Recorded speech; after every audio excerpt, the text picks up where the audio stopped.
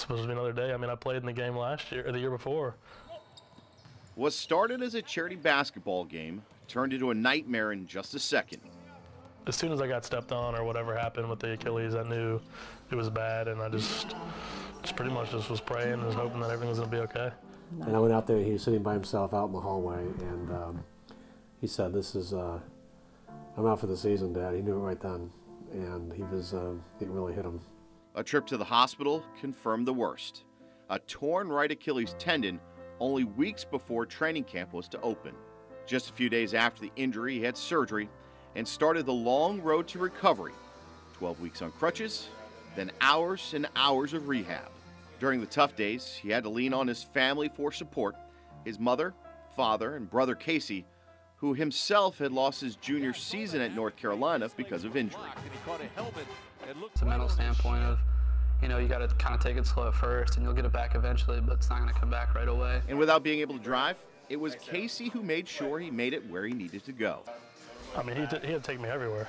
I mean, he would have to take me to rehab, then he'd have to go over to lift weights, and then he'd have to come back and get me from rehab. So he just, I know I did the same thing for him, and that's just what family does. And because it was a non-football injury, Tampa Bay didn't have to pay his full salary, which was more than $2 million for the 2013 season. While still recovering, Connor had to work out a deal with the team.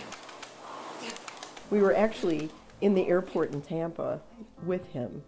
He had just spoken to the then general manager in the group, and they had basically told him, did not give him really good news about his salary negotiations, and he just he came off of the little tram, and he went over in the corner. He goes, "I just need a few minutes," and he just went over there, and he just kind of lost it. And I think for both of us, that was pretty tough to watch him. Yeah. To see that happen. It was really hard for me. I mean, look at, I'm still emotional about it now. I worked my butt off to get that new 4-year contract, and then to see it pretty much get pulled out from under me was tough. I mean, but that's football, that's life, it's a business, no one ever wants to get a couple $1 million taken from them, If anything, I'm really working on my form now. So if anything, hopefully I'll be better than I was with my accuracy and just really focusing on the little things. Now 7 months after surgery, those little things have turned into long field goals, already hitting from 61 yards in practice. I always tell my dad I'm not going to miss next year, so or my mom, I'm just like, I'm not going to miss next year because that's just what I got to do, and I just got to come and prove a point that, hey, this is, I'm still the same guy. And that same guy from Wilmington kicking in the NFL.